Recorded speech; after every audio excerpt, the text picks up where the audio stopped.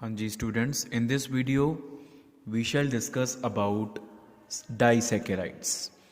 We have already discussed the classification of carbohydrates into various categories and on the basis of their hydrolysis products, number of hydrolysis products, we classify the carbohydrates into monosaccharides, disaccharides, trisaccharides, tetrasaccharides and ultimately into polysaccharides. The disaccharides, trisaccharides and the saccharides giving 10 monosaccharides upon hydrolysis. These saccharides are further classified into oligosaccharides. Monosaccharides are the simplest possible carbohydrates which upon hydrolysis cannot be further converted into any other smaller carbohydrate, any other smaller saccharide. सब तो छोटे saccharide ਹੁੰਦੇ ਆ monosaccharide जिन्हां दी further hydrolysis करन ते साडे कोल होर कोई छोटा सैकेराइड नहीं बनता. डाईसैकेराइड्स किहड़े ਹੁੰਦੇ ਆ जिन्हां दी हाइड्रोलिसिस करन ते साडे कोल दो मोनोसैकेराइड्स आंदे आ. इदी ट्राईसैकेराइड जिन्हां दी हाइड्रोलिसिस ते साडे कोल तीन मोनोसैकेराइड्स आंदे आ.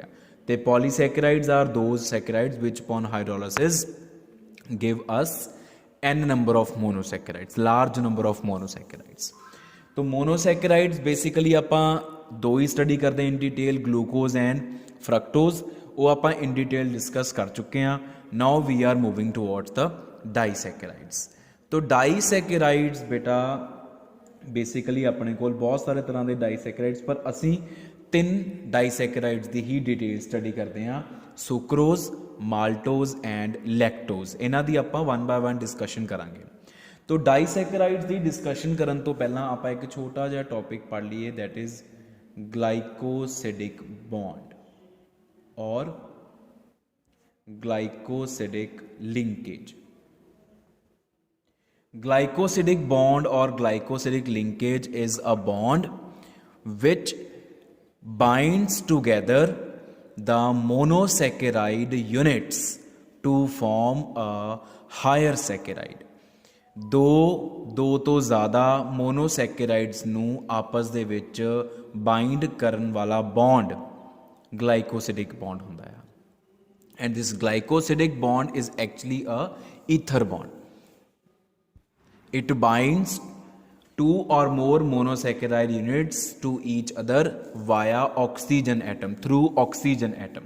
और जो आप एग्जाम्पल्स करांगे तो बैटर क्लैरिफिकेशन हो जाएगी कि ग्लाइकोसिडिक लिंकेज, ग्लाइकोसिडिक बॉन्ड जोड़ा है वो किद्दां बनता है. ठीक है, सिंपली डेफिनेशन यही आ, which binds together the monosaccharide units to form higher saccharides या बिगर सैकेराइड्स. तो सब तो पहला जो डाईसैकेराइड आप पढ़ते हैं वो आप सुक्रोज की स्टडी करते हैं.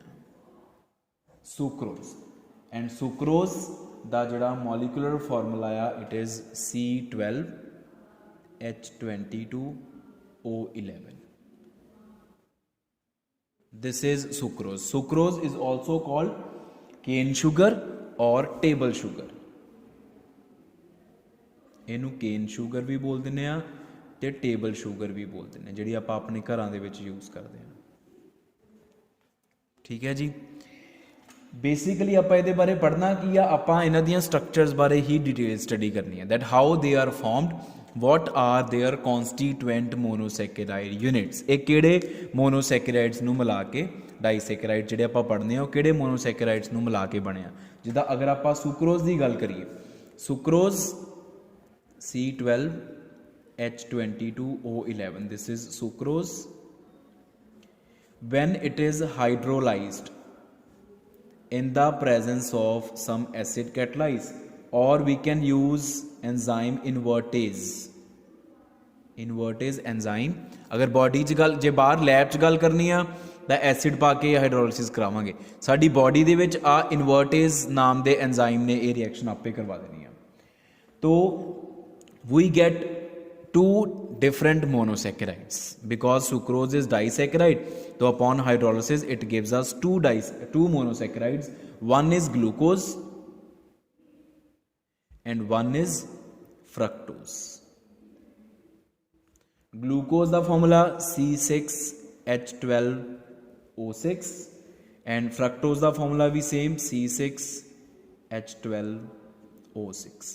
तो आ दो प्रोडक्ट्स, आ दो मोनोसैकेराइड्स आते हैं। Glucose here is D glucose, fructose is also D fructose. ठीक है, तो हुण इस जिहड़ी रिएक्शन आ जिहदे विच आपां केन शूगर दी हाइड्रोलिसिस करवा रहे हैं, टेबल शूगर दी हाइड्रोलिसिस करवा रहे हैं, इस प्रोसैस नूं, this process is called inversion of cane sugar. ये बड़ा इंपॉर्टेंट प्रोसेस है, बड़ी इंपॉर्टेंट फिनोमिना है, inversion of cane sugar. Hydrolysis reaction of sucrose is called inversion of cane sugar. Why it is called inversion of cane sugar? Cane sugar means sucrose. Sucrose is dextrorotatory substance, जिहड़ी इहदी specific rotation आ वो है +66.5 degree. जदों आपां उहदी hydrolysis करवा दिंदे आ तां we have two different monosaccharides which are present in same solution. एक सोल्यूशन दे विच आ दो मोनोसैकेराइड्स है। पानी दे विच तुसीं सुक्रोज को लिया, एसिड पाया, रिएक्शन हो गई, सुक्रोज खत्म हो गया, ग्लूकोज ते फ्रक्टोज दी इक्वीमोलर मिक्सचर बन गई साडे कोल, दोनों दी इक्वल अमाउंट बनी। हुण जिहड़ा ग्लूकोज आ इट इज़ डेक्सट्रोरोटेटरी, इहदी स्पैसीफिक रोटेशन है 52.5 डिग्री। ठीक है, आपां पहला भी पढ़ते हैं। तो जिहड़ा फ्रक्टोज आ वो है लीवोरोटेटरी एंड उहदी आ है पॉजिटिव, पॉजिटिव मीनस डेक्सट्रोरोटेटरी, ये है नैगेटिव -92.4 डिग्री। हुण तुसीं ध्यान दिओ कि सुक्रोज है डेक्सट्रो, सुक्रोज दी हाइड्रोलिसिस तो बाद जिहड़े प्रोडक्ट बनिया उस प्रोडक्ट दे विच दो तरह के मोनोसैकेराइड है। It is a mixture of two different monosaccharides, one is glucose which is dextro, one is fructose which is levo, and levo rotation of fructose is more than dextro rotation of glucose। ਇਹਦਾ मतलब this mixture is overall levo rotatory।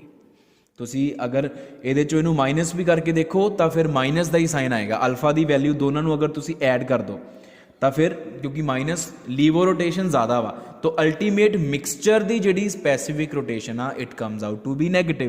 ਇਹਦਾ मतलब the product mixture is levorotatory but the reactant was dextrorotatory। since there is inversion of the configuration, since there is inversion in the sign of specific rotation value, that's why this whole process is called inversion of cane sugar। so what is inversion of cane sugar? It is a hydrolysis reaction of sucrose which gives us products glucose and fructose।